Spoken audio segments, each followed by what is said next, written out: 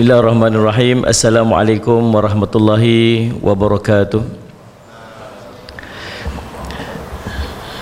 Alhamdulillahi rabbil alamin wal aqibatu lil muttaqin ala umuri dunya waddin. Asyhadu an la ilaha illallah wa asyhadu anna sayyidana Muhammadan abduhu wa rasuluh. Allahumma salli wa sallim ala habibil karim Sayyidina Mustafa sallallahu alaihi wasallam wa ala alihi wa ashabihi wa man tabi'ahum bi ihsanin ila yaumiddin. Subhanaka la ilma lana illa ma 'allamtana innaka antal alimul hakim. Rabbi shrah li sadri wa yassir li amri wa hlul 'uqdatam min lisani yafqahu qawli. Bismillahi ma syaa Allah. La yasuqul khaira illa Allah ma syaa Allah. La yasrifu su'a illallah ma syaa Allah. Ma kana min ni'matin fa min Allahi ma syaa Allah. Wa la hawla wa la quwwata illa billah al-aliyyil azim. Allahumma anta rabbi la ilaha illa anta khalaqtani wa ana 'abduk wa ana 'ala ahdika wa wa'dika mastata'tu. A'udzu bika min syarri ma sana'tu. Abu'u laka bini'matika alayya wa abu'u bidhanbi faghfirli fa innahu la yaghfiru dhunuba illa anta. Bismillahilladzi la yadurru ma'asmihi syai'un fil ardi wa la fis sama'i wa huwas sami'ul alim. Bismillahilladzi la yadurru ma'asmihi syai'un fil ardi wa la fis sama'i wa huwas sami'ul alim. Bismillahilladzi la yadurru ma'asmihi syai'un fil ardi wa la fis sama'i wa huwas sami'ul alim. Na'udzu bi kalimatillahi tammati min syarri ma khalaq. Na'udzu bi kalimatillahi tammati min syarri ma khalaq. Na'udzu bi kalimatillahi tammati min syarri ma khalaq. Allahumma inna na'udzu bika minal baras wal junun wal judham wa min sayyi'il asqam. Allahumma inna na'udzu bika minal barasi wal jununi wal judhami wa min sayyi'il asqami. Allahumma inna na'udzu bika minal barasi wal jununi wal judhami wa min sayyi'il asqami. Wa sallallahu ala sayyidina Muhammadin wa ala alihi wasahbihi wasallam. Walhamdulillahi rabbil alamin. Alhamdulillah.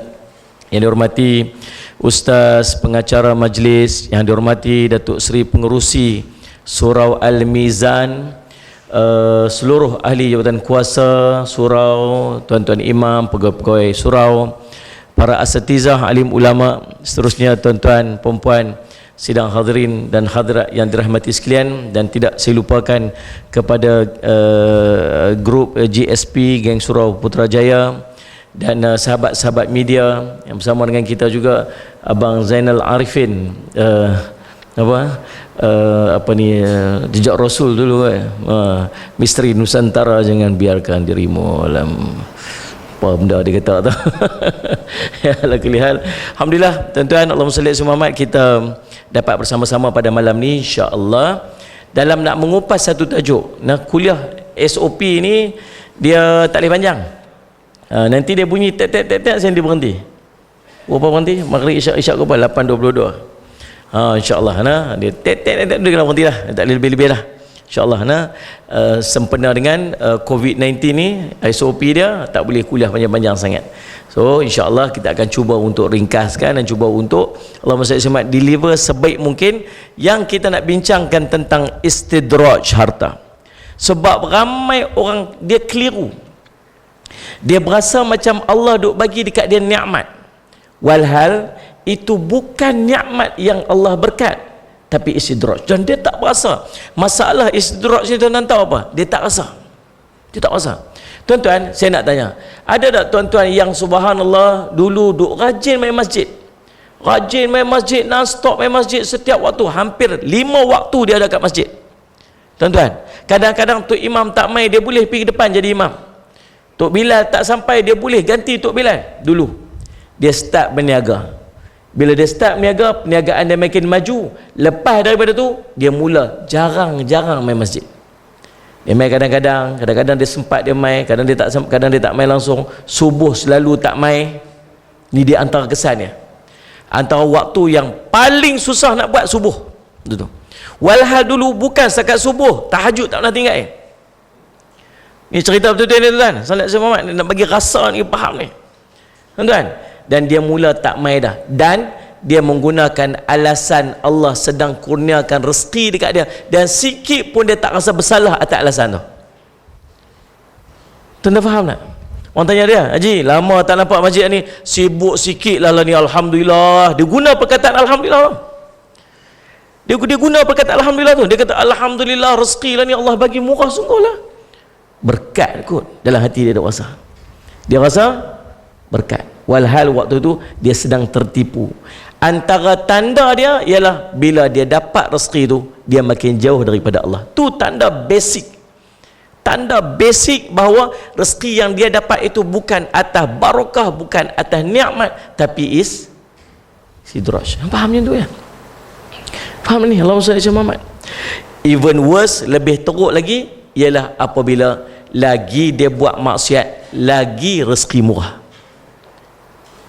Lagi dia buat maksiat, lagi rezeki murah.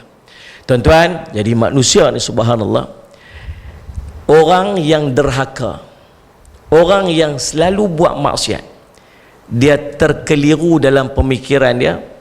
Dia merasakan nikmat yang dia dapat itu mai daripada Allah berserta kasih dan sayang, sedangkan dia kekal melakukan kemaksiatan.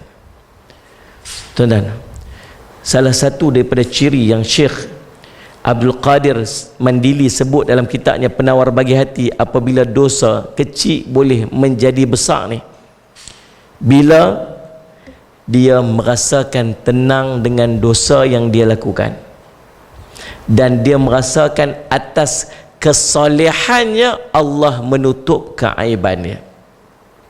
Ni orang tertipu ni. Ni sidraj ni. Tuan-tuan, dia buat salah, dia buat maksiat. Dalam dia buat maksiat tu, orang siapa pun tak tahu dia buat maksiat tu.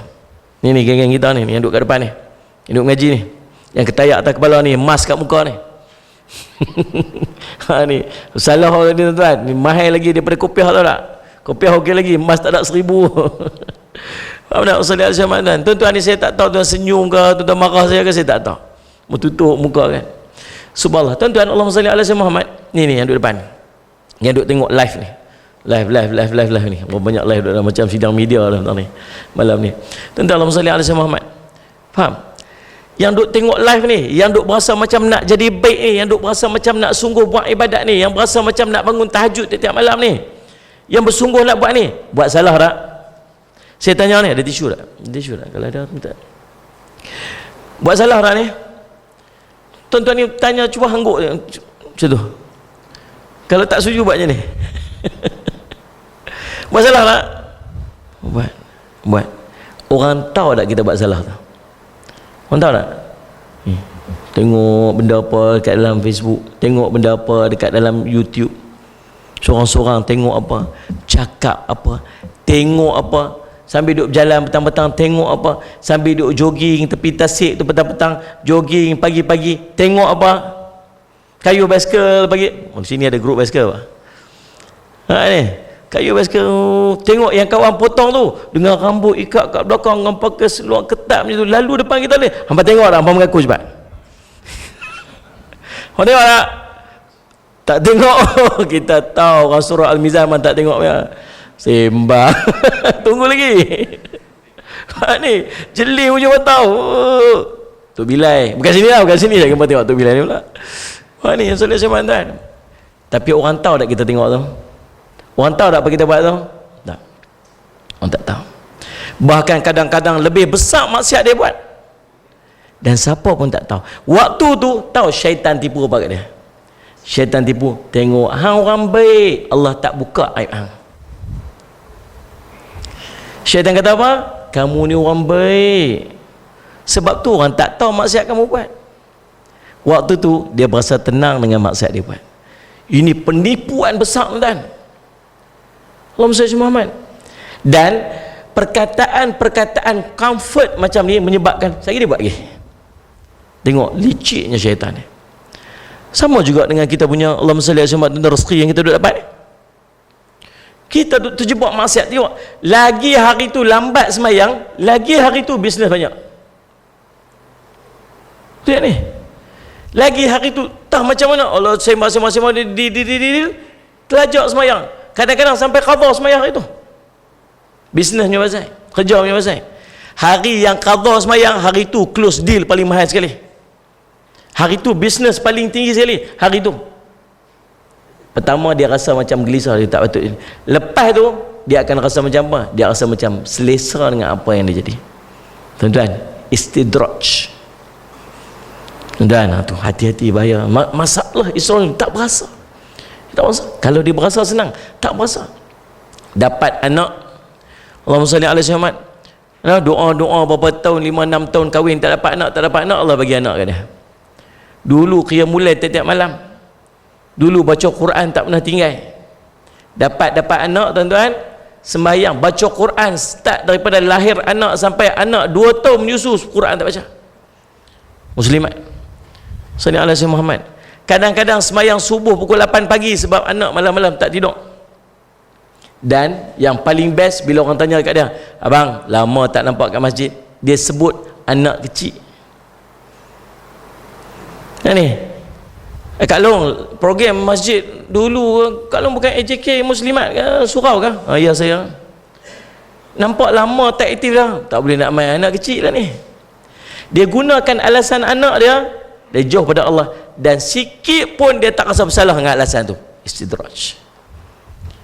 Faham tak ni? Ada masalah ni? Baik, Allahumma salli ala Muhammad. Masih ada juga yang ragu-ragu, kerana kalau hendak dapat kebahagiaan di dunia dan di akhirat, kita mesti ikut jejak Rasul SAW dan berpegang teguh kepada agama Islam. Tapi bagaimana dengan ada orang yang semayang 5 waktu sehari semalam, bangun tengah malam bertahajud, puasa bukan hanya di bulan Ramadan saja, puasa sunat pun dia buat, Isnin Khamis pun dia buat yang lain, tapi hidup dia biasa aja. Hidup susah pun ada. Pasal apa? Kita rasa macam, you tengok orang tu tak semayang tapi bisnes baju. Kadang-kadang kita tengok orang kafir lagi lah tuan-tuan, bukan setakat tak semayang, mensyirikkan Allah, sembah, pergi cari Tuhan lain selain pada Allah, tapi meniaga sangat maju. Dia main sampai dalam hati, dia racun hati kita. Ni bukan pasal iman kot. Tuan-tuan faham tak? Dia main racun-racun macam ni. Tengok orang tu ibadat sangat kuat, tapi tak ada apa pun. Tuan-tuan, bahaya ni. Allahumma salli ala Muhammad. Tuan-tuan, bagaimana pula dengan orang yang seumur hidup tak semayang, puasa pun tak pernah, rumah punyalah besar, kereta punyalah mewah, duit punyalah banyak. Tuan-tuan salli ala Muhammad, dia boleh hidup kaya dan mewah. Tanya kat dia, tak takut mati ke? Kata Allah, orang lain pun mati ke? Masuk neraka ramai-ramai. Kita bukan sekat kosong masuk neraka, ramai-ramai dia masuk neraka, relax lah dia tak. Dia ingat neraka. Tuan-tuan, Allahumma salli ala Muhammad. Tahu tak? Jadi sombong. Bila dia hilang kebergantungan dia kepada Allah atas rezeki dia, maka dia akan jadi orang yang sombong. Dan salli ala Muhammad. Kita ni kokoklah ada iman sikit dalam diri kita ni. Kita tahu satu benda apa? Kalau kita buat dosa, kita buat maksiat, rezeki akan terhalang. Tuan-tuan setuju tak dengan perkataan tu? Setuju tak ni? Tuan-tuan kena setuju. Nabi kata antara perkara yang menghalang rezeki ialah dosa. Tuan-tuan kena setuju. Tapi tuan-tuan tengok tak macam mana orang yang tak semayang, dia dosa tak? Dosa besar tuan-tuan tak semayang. Bisnes okey tak? Okey. Ha ni, ada orang tak semayang tuan-tuan, besar kan?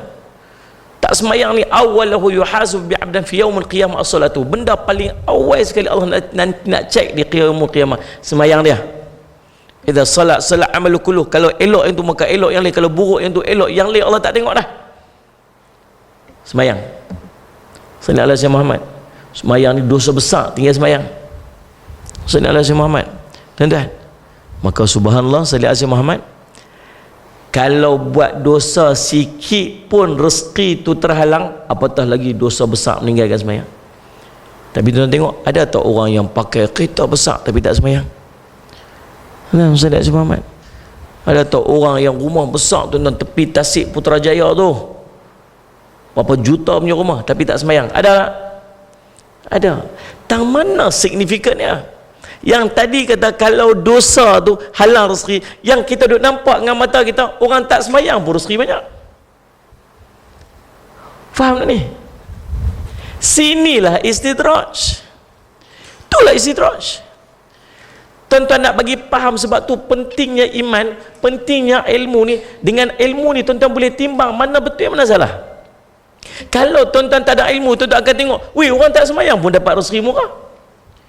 Weh, orang tak sembahyang pun dapat rezeki murah. Orang tak buat ibadat pun dapat rezeki murah. Orang tak tutup aurat pun berniaga maju.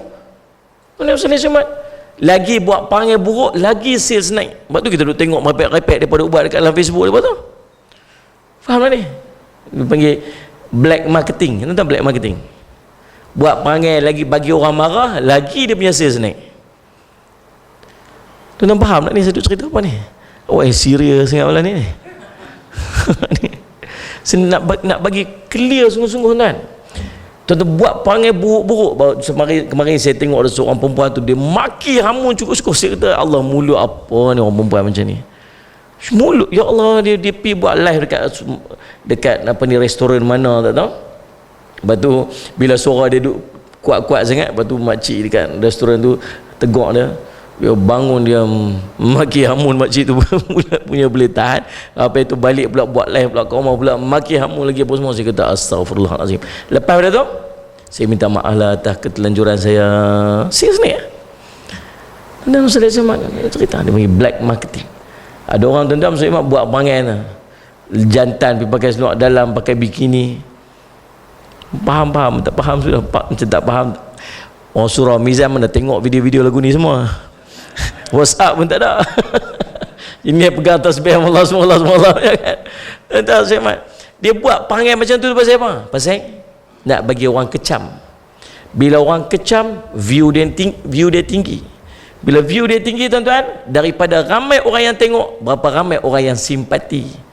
Dan pada simpati itulah sales dia akan naik. Saya cuma tapi Allah marah tak? Apa kisah Allah marah asal bisnes masuk?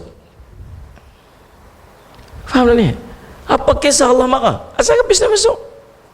Tang inilah pertimbangan iman. Ni yang kita nak mengaji. Kita boleh tahu, oh, bukan cerita buat perangai besar dahsyat macam tu. Buat dosa sikit pun rezeki kita akan terhalang. Habis kalau buat maksiat tiba rezeki mai juga, tu istidraj. Itulah istidraj. Rezeki Allah bagi dalam keadaan Allah murka. Hampa nak ambil. Sekali kita baca ayat dia. Apa kesan daripada istidraj? Tuan-tuan, Allahumma salli ala sayyidina Muhammad. Akhirnya jadi apa? Bila dia dapat harta daripada istidraj, satu perasaan dia ialah aku dapat ni atas usaha aku. Aku dapat ni atas usaha aku, atas kebijaksanaan aku. Allah sebut dalam Quran. Lepas tu dia nak sedekah. Dia rajin nak sedekah tuan. Dia tak rajin sedekah. Tahu pasal apa? Aku penat-penat dapat, senang-senang nak bagi kat orang. Sallallahu alaihi wasallam. Aku yang susah-susah dapat ni, senang nak bagi kat orang. Hampa senang minta aja. Susah ni buat madrasah, kalau tak ada duit tak sampai buat madrasah kita gitu. Ni sallallahu alaihi wasallam. Tuan-tuan, pasal apa? Sebab dia merasa susahnya dia nak dapat, dan apa yang dia dapat itu adalah semata-mata daripada usaha dia. Sidraj, sombong, dia jadi orang sombong. Tuan-tuan, Allahumma salli ala sayyidina Muhammad. Tuan-tuan, waktu tuan-tuan tengok, kalau Allahumma salli ala sayyidina Muhammad, Nabi SAW sebut dalam satu riwayat, kalau Allah nak membinasakan semut, maka Allah akan terbangkan semut itu dengan dua sayapnya. Tuan-tuan faham maksud dia macam mana? Kalau Allah nak membinasakan semut, dia buat macam mana? Allah bagi sayap ke dia, sekejap dia terbang, dia binasa. Hebat dah dapat sayap. Hebatlah tuan-tuan. Kan? Waktu semut tuan-tuan dia tak ada sayap, dia duduk mana? Dia duduk celah-celah batu, dia duduk dalam busut. Siapa pun tak kacau dia. Dia duduk dalam rumah dia, dia dapat makanan elok sempurna, buat kerja ramai-ramai, siapa pun tak kacau, duduk dalam busut dia. Macam mana Allah nak binasakan dia? Allah bagi apa? Sayap. Bila dapat sayap, terbang. Cari apa? Cari api. Lepas tu masuklah api, lepas tu terbakar, rosak. bila Allah nak membinasakan seseorang, Allah bagi kepada dia nikmat yang tak mampu untuk dia tanggung, nikmat yang tak mampu untuk dia handle. Sebab tu tuan-tuan jangan risau. Kadang-kadang selagi kita duduk macam ni, takat mana Allah nak bagi kat kita, tuan-tuan redha lah takat tu. Redha tu. Nak risau. Tuan-tuan, saya ni naik apa? Saya ni naik EX5 je Ustaz. Tak apa kalau EX5 tu boleh main masjid. Tapi tuan-tuan jangan salah anggap pula. Bila tengok orang kereta besar, oh dia ni orang tak tawaduk, ni istidrak. Tak. Tak ni Ustaz Muhammad. Zuhud ni bukan pada pakaian. Sebab tu ulama sebut, jangan menilai zuhudnya manusia pada pakaiannya, sebab zuhudnya manusia itu letak pada hatinya. Ada orang kaya tapi dia orang kaya yang zuhud. Dunia dia tak lekat pada tangan dia, dunia dia tak lekat pada hati dia, dunia duduk kat tangan dia aja. Dapat dia bagi, dapat dia bagi. Bila dia bagi, Allah bagi dia lagi. Bila dia bagi, Allah bagi dia lagi. Bila dia bagi, Allah bagi. Dia duduk dalam keadaan yang macam tu. Pasal apa? Pasal Allah tahu dia mampu untuk handle harta dia. Tu orang zuhud walaupun dia kaya. Ni Ustaz Zaman, Putrajaya ni saya tengok orang hebat-hebat, ramai orang hebat-hebat. Yang jadi Allahumma salli Samad, pemimpin surau dan masjid daripada kalangan orang-orang yang punya harta. Tapi bila dia duduk dalam posisi tu, dan tengok dia tak pernah kira dengan harta dia, dia jadi orang yang banyak ibadat dia, dia duduk dalam masjid, dia khidmat diri pada masyarakat. Ni orang zuhud walaupun dia kaya. Dan orang miskin tak mestinya zuhud. Kadang-kadang orang miskin lagi sombong daripada orang kaya. Ada Ustaz Syawal, dia mai satu tempat tu, dia tak kenal ke aku siapa, dia berasa macam miskin dia tu orang perlu hormat kat dia. Dia rasa dengan kemiskinan dia tu, dia orang kena appreciate dia, orang kena jaga dia, orang kena take care dia, orang kena hormat, orang kena sebut dengan perkataan-perkataan yang baik semata untuk dia. Tuan faham tak? Sallallahu alaihi wasallam. Maka sifat buruk tu ada pada dia walaupun dia orang miskin. Tuan-tuan, Allahumma salli ala Muhammad. Tuan faham tak? Jadi bila cara Allah nak merosakkan ataupun nak membinasakan seekor semut, apa Allah buat? Allah bagi dekat dia sayap, dia terbang dan akhirnya dibinasa. Itulah juga manusia, bila dapat nikmat, dengan nikmat tu jadi cabaran pada dia untuk dia lawan lagi daripada perintah Allah SWT. Salli ala Muhammad. Terima kasih nah. Baik, salli ala Muhammad. Dan tengok salli ala Muhammad, Fir'aun. Ingat Fir'aun, kaya tak Fir'aun ni? Kaya tuan. Fir'aun ni kaya, dan Fir'aun punya kekuatan untuk mengerahkan dan membayar. Tuan-tuan tengok National Geographic. Ini salah satu benda yang saya suka tengok, channel saya suka tengok ni, saya dapat maklumat banyak. National Geographic ni tuan-tuan, dia tunjuk pembinaan piramid. Tuan tahu tak, di sisi piramid tu dia ada rumah-rumah tinggalan ni. Salli ala Muhammad. Bekas-bekas tinggalan rumah yang duduk di sekitar kawasan tu tuan-tuan, dia ada beberapa peringkat. Yang pertamanya elit duduk dekat lah. Salli ala Muhammad, geng-geng elit. Sebelah dia tuan-tuan ada macam, kita panggil dia macam kongsi, orang yang buat kerja kat situ. Dan they are not working for free, they have been paid. Dia bukan hamba tuan-tuan, dia earn salary, dia dapat gaji buat kerja tu. Itu apa yang di reveal dia. Sebab apa? Sebab dia bukan daripada kalangan orang miskin, dia ada harta, dia ada keluarga dia yang duduk dekat situ. Keluarga dia keluarga yang surviving. Dan bukan keluarga yang miskin yang sampai tak ada apa, yang terpaksa kerja jadi hamba abadi. Tak, dia dibayar, dia ada gaji dia apa. Dan lagi tinggi pangkat, lagi besar gaji dia. Maksud dia tuan-tuan, Fir'aun ni bukan memperhambakan, tapi dia bagi semua apa yang perlu sebagai ketua kerajaan. Bagi. Tapi satu je, dia mengaku Tuhan. Belum sampai dia duduk satu posisi, dia boleh bagi semua dia bagi dekat rakyat dia. Rakyat syarat dia mengaku aku Tuhan. Dekat situ salah dia. Dan Allah marah kat dia, Allah hancurkan dia. Sombong. Kaya, dia kaya jauh lebih kita, tapi Allah hancurkan dengan kesombongan dia. Dan Allahumma salli ala Muhammad. Allahumma salli ala Muhammad. Namrud lagi dahsyat. Bakal Nabi Ibrahim alaihissalam, dia punya kekayaan, punya harta, tapi Allah hancurkan dia. Allah hancur dengan apa? Sekok nyamuk ya. Semua pun kadang-kadang nak sombong apa? Saya fikir-fikir ni, kadang-kadang jumpa orang ni sombong lah. Saya duduk pergi program-program kat TV, jumpa lah ramai orang pergi dekat studio tu, saya jumpa lah dengan orang-orang yang akan saya lepas selok saya, selok-selok mereka ke apa. Kadang-kadang nak hormat orang pun tak kerti. Saya kata, ish, sombong apa? Nak sombong apa? Dia lah, kita ni kat depan-depan ni nak sombong apa? Apa dapat daripada sombong? Asal orang sayang tak dengan kita yang sombong? Tuan faham tak saya tanya ni?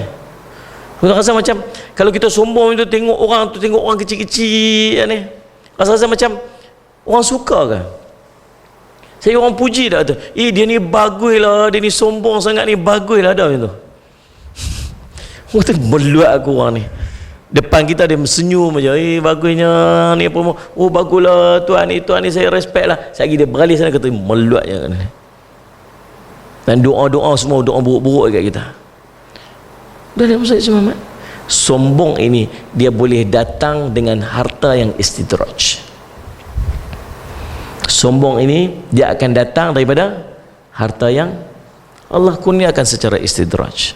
Sebab apa? Sebab dia berasa aku deserve, aku layak untuk dapat harta ni sebab usaha yang aku buat. Dengan perkataan usaha itulah menyebabkan dia sombong. Berbeza dengan orang yang beriman, rezeki itu semua daripada Allah. Yang kata aku tak layak nak sombong pun sebab Allah bagi kat aku. Kalau cerita usaha ni nak dapat harta yang banyak, ada orang kerja lebih teruk daripada kita tapi gajinya sikit lebih daripada kita. Kalau nak cerita pasal cerdiknya kita ni tuan, ngaji dulu 4 flat. Mengaji dulu tuan-tuan, anugerah dekan setiap semester. Ada orang mengaji tuan-tuan sekalian tak pandai pun tapi kaya lebih daripada kita lagi. Macam ni. Yang tak payah SPM kau banyak tuan-tuan, jadi director sana, pengarah sini, bisnes punya besar-besar. Dia lah. Kata, kalau aku tahu-tahu lagu ni tak payah teruk dulu kan. Relax je. Dia dulu udah sokok malah ni udah biar dahsyat. Tuan-tuan sallallahu alaihi Muhammad. Nak cerita rezeki itu Allah bagi. Tapi bukan dengan maksud untuk meninggalkan usaha. Taklah, duduk je kat masjid aja, duduk zikir aja. Tu Sayyidina Umar masuk dalam masjid, tengok orang dekat duduk zikir dalam masjid, kata apa? Wah, hampa ingat ni dinar nak turun daripada langit kah? Pergi keluar saya kerja. Dan ikhtiar kena ada. Tapi kita juga beriman bahawa hasilnya Allah yang akan bagi.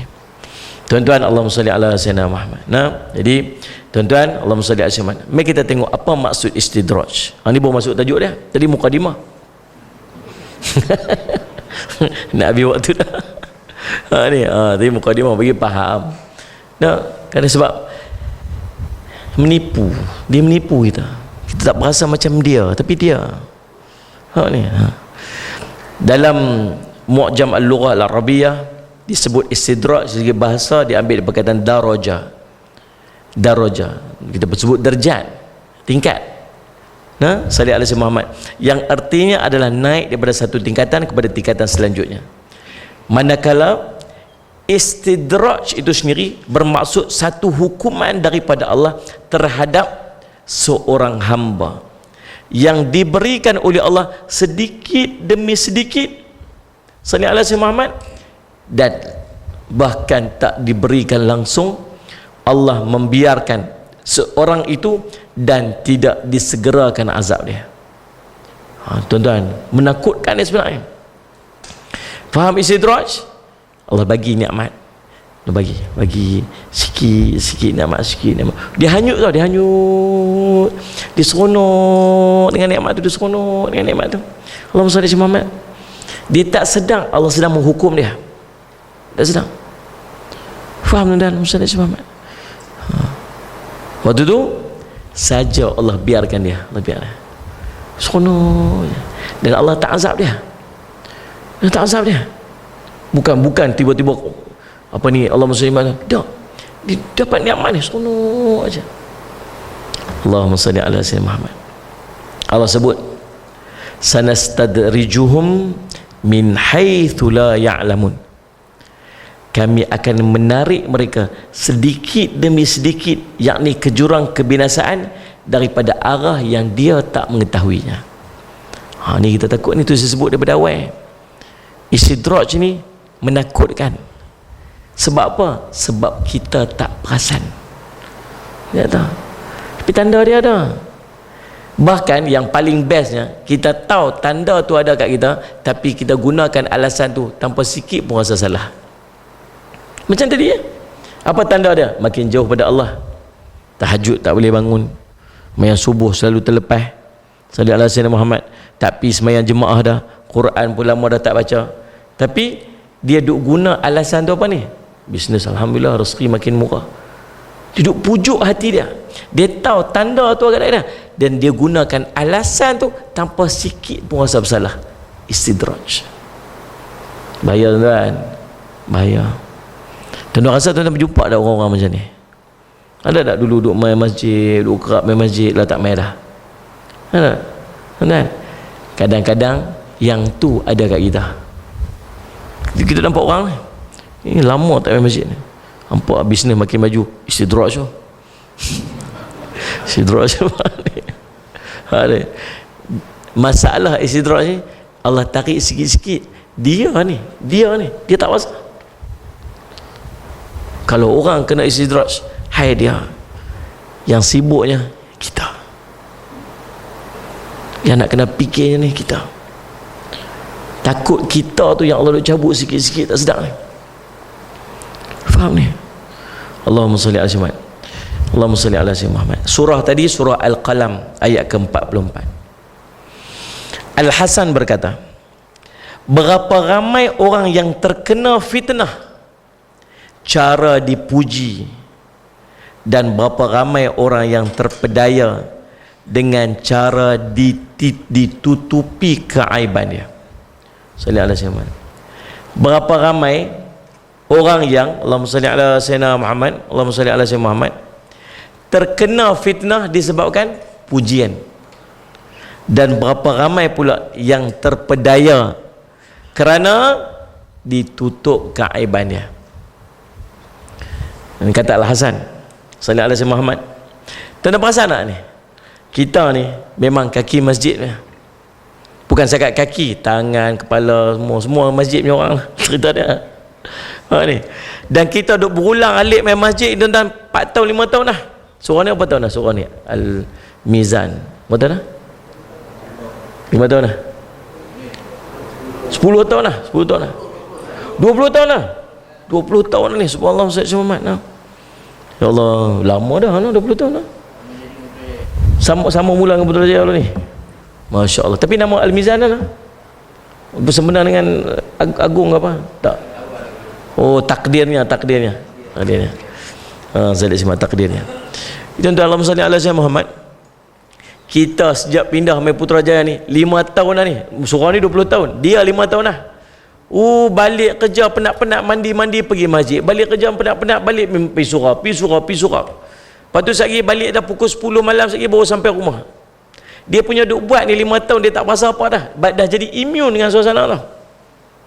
Macam orang kata kat saya lah, kita duk travel sana travel sini, dah lama-lama kita dah immune dah dengan lagi orang kata dah, ustaz tak penat ke? Waktu tu tak rasa penat. Tadi tak rasa apa pun. Dia kata, ustaz tak rasa penat ke duduk pergi sana pergi sini?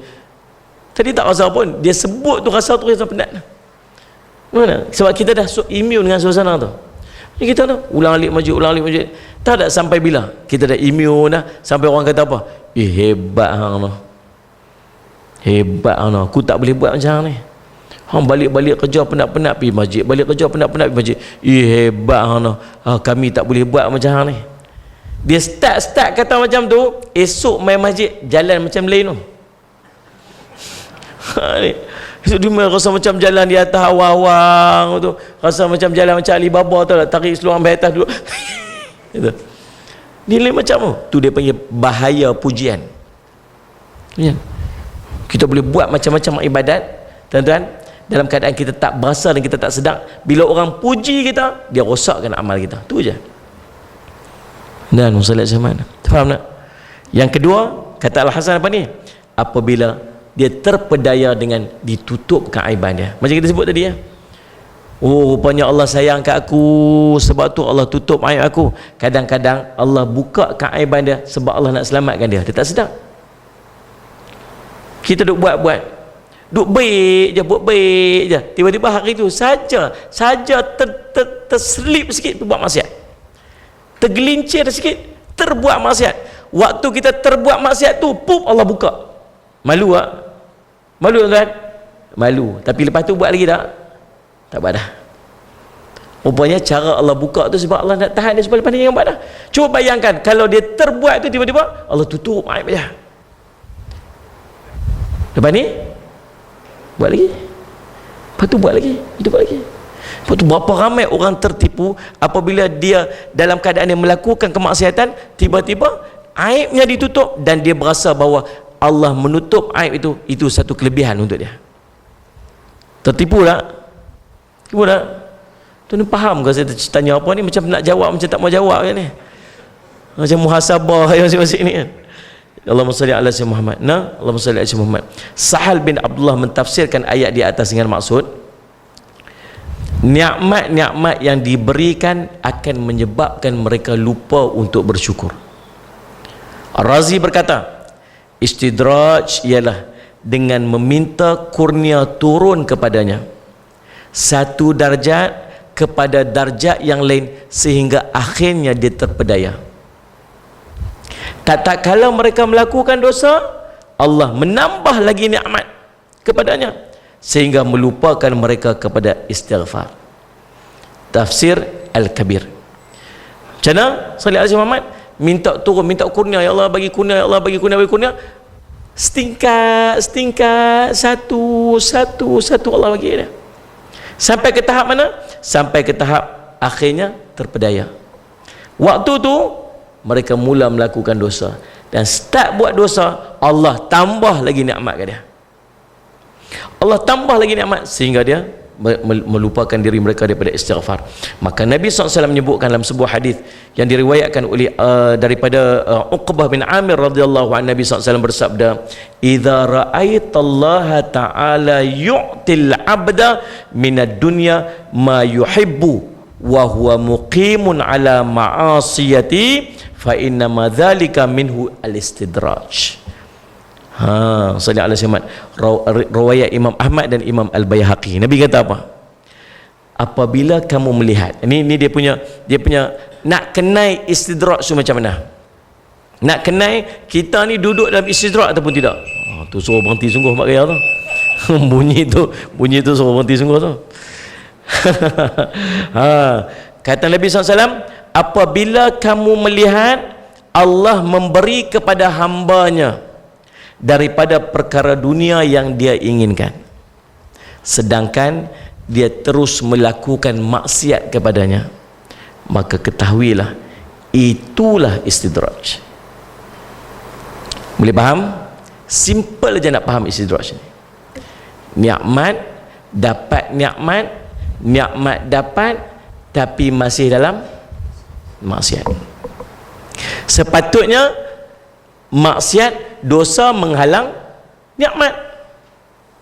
Sepatutnya dosa halang nikmat, tapi orang ni buat maksiat dapat nikmat. Itulah istidraj. Faham macam tu ya tuan-tuan?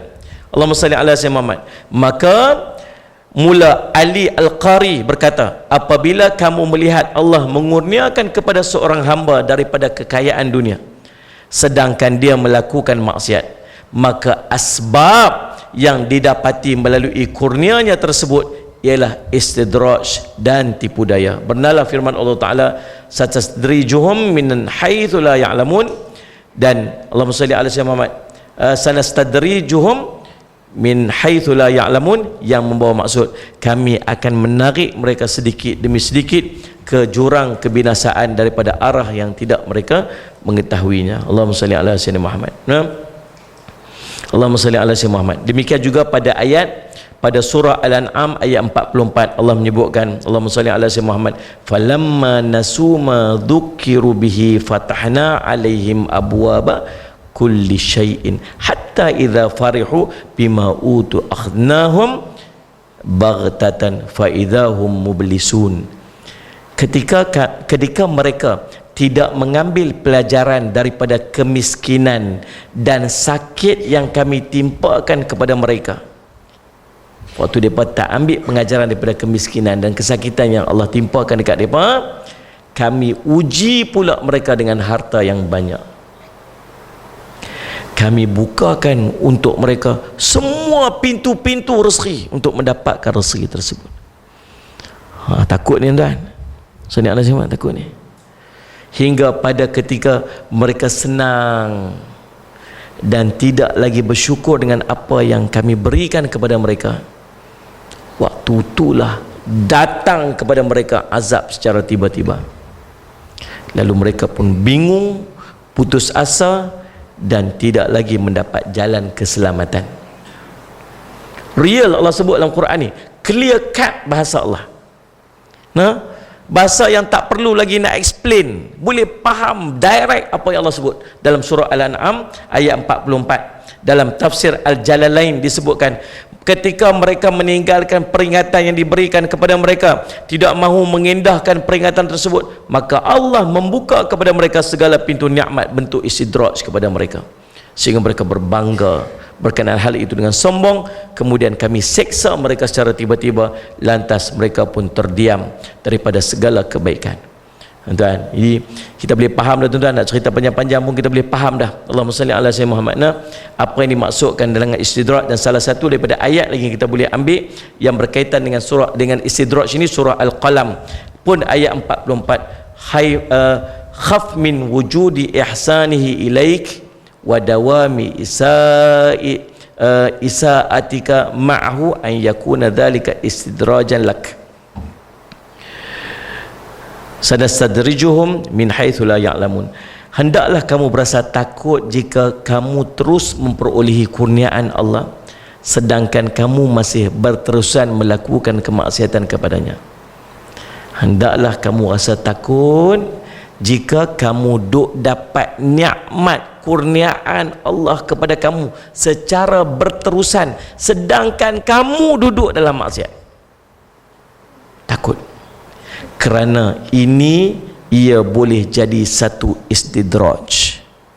Sebagaimana firman-Nya, kami akan menarik mereka sedikit demi sedikit ke jurang kebinasaan daripada arah yang tidak mereka mengetahuinya. Surah Al-Qalam surah keempat ayat ke-44.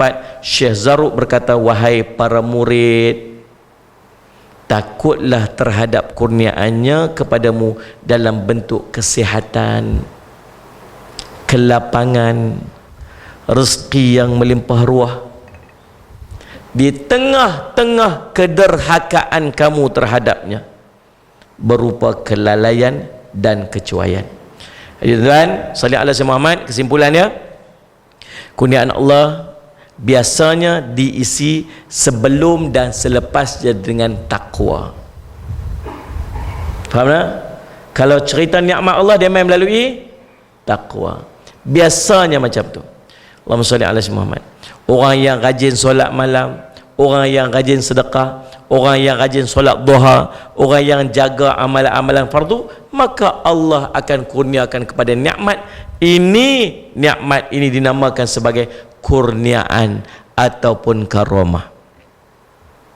Orang yang sebaliknya, tak semayang, buat maksiat, salli ala sayyidina Muhammad, derhaka tapi nampak murah rezeki, inilah istidraj.